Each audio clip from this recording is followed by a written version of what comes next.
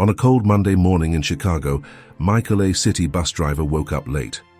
His alarm didn't go off, the coffee pot broke, and his phone buzzed non-stop with family group chats and work notifications. By the time he got in the driver's seat, he was already drained, and the day hadn't even started. The traffic was brutal. Horns blared. A passenger complained loudly about being late. Michael felt the pressure building in his chest. He thought, "I can't do this today."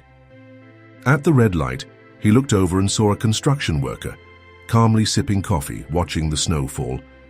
That moment hit him. Amidst all the chaos, someone had found stillness. That evening, Michael went home and looked up one question: how do I stay calm when the world feels out of control? He stumbled upon a simple phrase: be here now. From that day, he started doing something different. Before turning the key in the ignition, he took 3 deep breaths.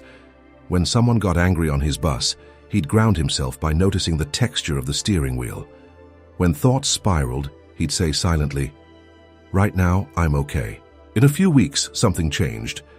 The chaos didn't stop, but his mind did.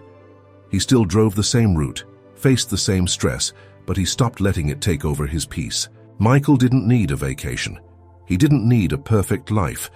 He just needed to come back to the present again and again. The world around you might stay chaotic, but your inner world doesn't have to. Peace isn't found in control, it's found in presence. When you stop trying to fix everything out there, you can finally take care of what's happening in here. Ask yourself, how many moments have you missed because your mind was racing ahead? How much energy have you wasted fighting things you can't control? The truth is, you don't need more time, you need more presence. Start small. Next time you feel overwhelmed, pause. Take a deep breath. Feel your feet on the ground. Notice something around you, really see it.